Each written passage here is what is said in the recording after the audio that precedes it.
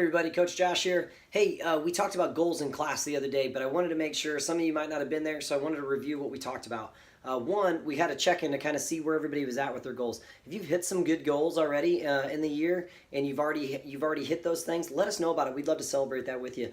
But also, if you're still trying to figure out what those goals might be, or you're still trying to accomplish some of those goals, I thought it might be helpful to kind of review how we like to set goals. We like to use a SMART goal system, and so what that means is that we kind of go through a checklist of with each goal that I might write down or I might have. I'm gonna take it through this checklist. So, is it specific? Is it measurable? Is it attainable and realistic? And is it time sensitive? So I thought I'd review this and kind of give you a little bit more fuel to the fire here. So number one, on being specific, do I want to lose weight or do I want to lose 10 pounds of fat? I need to put a number on it. I need to be specific there. So losing 10 pounds of fat is more specific than just losing weight or toning up or getting stronger. So that's one thing we hear it all the time. Like, oh, I just like to tone up. Oh, I just like to look better. What does that look like that? How's that specific? So being more specific with our goal that we have.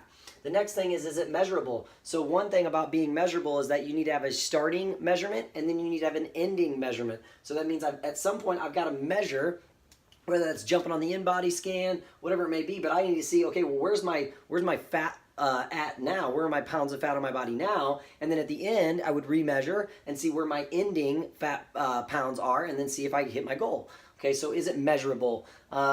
It would be the same thing on a lift. If I want to get a better lift, well, I need to know where I'm at now and then where I'm trying to get to. Is it attainable / realistic? I gotta mash these two together. So the biggest question I ask myself is this actually doable?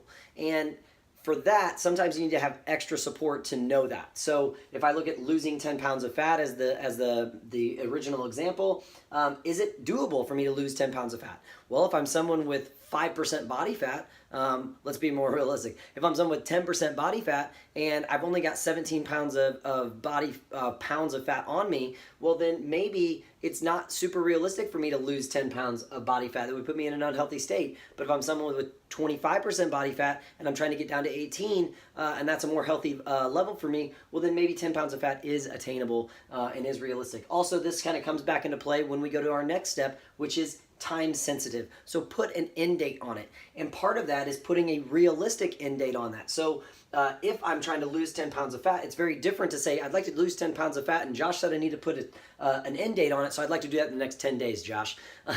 That's not quite attainable, and that's not realistic. So working with a coach or a staff member to figure out, okay, if I'm going to put an end date on it, let's put a realistic end date on it, not putting it so far out that it's not even fathomable. You're like, oh yeah, well, I'm doing that in the next 18 months, so it's not a real big deal right now. But putting an end date on it so that I have a point where I'm going to say, okay, now I'm going to remeasure and I'm going to see, did I hit that original goal? So having a good realistic end date on that as well. So specific, measurable, attainable, realistic, time sensitive. And then I just gave a few tips for how to at least accomplish your goals. So I have a few things here. So number one, write it down, okay? You can write it down in a couple places. We have sheets actually that can help you out with this. So we have a SMART goal system sheet that gives you some lines for your goals and then actually even put some action steps there that you can write down.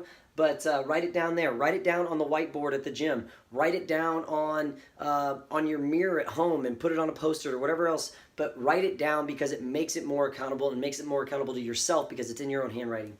There's a powerful piece there. Have a plan. So like we said, if you use our sheets, we have an action plan. So it would be the goal and then 2 to 3 action steps around that goal.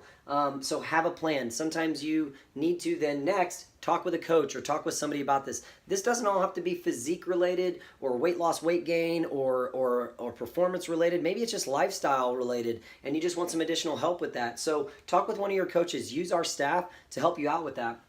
And what that can do is help you have a plan. The next thing is get support. And I don't just mean get support from your coaching, but actually get support from friends and family that support you and want you to reach your goals.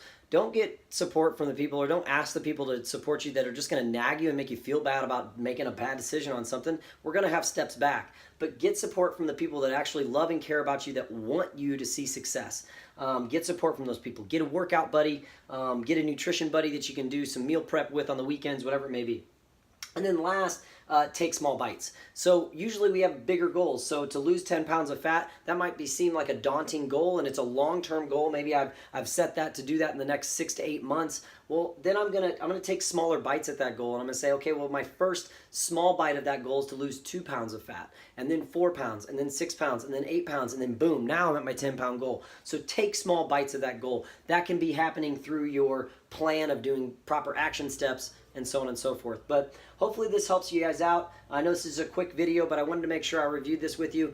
This is something that we try to do now in our intake process with a lot of our new clients, but a lot of our older clients haven't had this opportunity to work with a coach on this. If you need some more support, we will sit down with you. We do a little goal strategy session with you, and 30 or 40 minutes, and we can sit down with you and talk about what your goals are, and then try to start to set up some action plans for you. So we had some great conversations in the gym with our clients the other day, but I wanted to make sure that everybody kind of got some help on this. Let me know, push a comment, or put a comment in there if you have something that I didn't cover and you want some more support on, and let me know, and we'll talk with one of your coaches and set up a strategy session. Thanks, guys. Hope you have a great day. We'll talk to you soon.